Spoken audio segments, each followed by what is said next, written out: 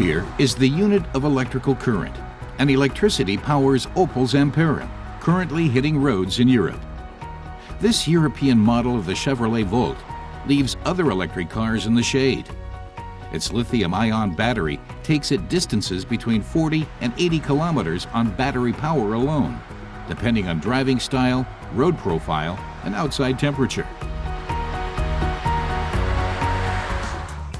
This is the Ampera, styled from front to rear.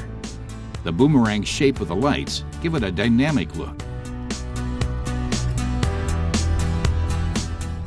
With 4 seats and 5 doors, it's a practical all-rounder with plenty of space and a good range.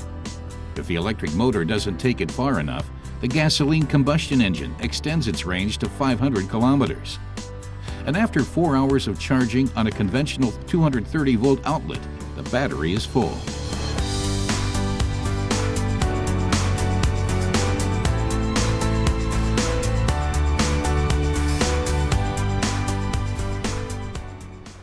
Opel's Enno Fuchs tells us it's hard to pin down the Ampera's target audience. It's almost as broad as society as a whole, he says. Some buy the Ampera out of concern for the environment. Others are fascinated by the technology. Owners range from civil servants to IT entrepreneurs, to just people who want to add the Ampera to their collection. At the heart of the Ampera is the Voltec electric drive system. Next to it, the 1.4-liter gasoline combustion engine. When the charging level of the battery drops below a certain critical value, the engine kicks in. But the combustion engine can't propel the car on its own. It just drives the generator that provides the electric motor with current. The electric motor has a peak power of 111 kilowatts, giving a maximum speed of 161 kilometers per hour. But the Ampera is anything but sluggish, packing 370 Newton-meters of torque. The battery can't be recharged using the combustion engine, since it only provides the amount of current required for immediate use. But there are 4 different ways the driver can influence how fast the battery will discharge.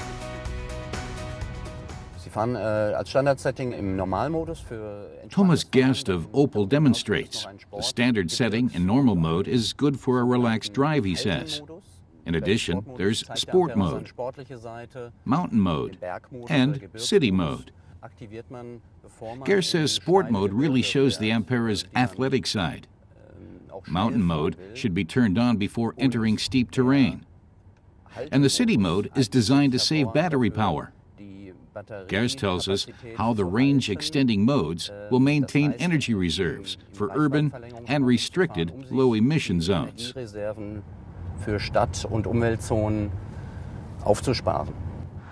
there's a special display designed to teach drivers to use energy more sparingly. Thomas Guest points out the efficiency display in the driver information console. Drivers are supposed to keep the ball in the middle because that represents the most efficient use of fuel and the greatest range for the car. If he were to brake suddenly, the ball would turn yellow. Now he's accelerating. The greater the acceleration, the higher the ball goes. Ger says the idea is to get drivers to think green.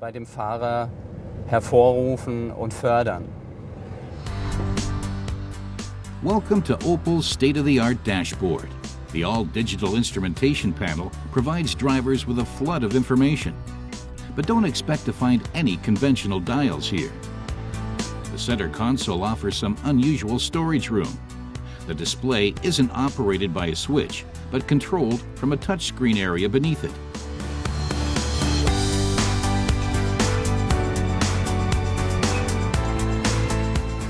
The Ampera's starting price in Germany is still a hefty 42,900 euros, so Opel managers have been surprised by the considerable early interest in the car. The demand for the Ampera is much higher than expected. Opel had forecast sales of around 8,000 for 2012. Now that prognosis has been raised to 10,000. Opel's battery system carries a warranty for 8 years, or 160,000 kilometers. For drivers, the Ampera offers almost limitless e-mobility. What more could one ask, except a more affordable price tag?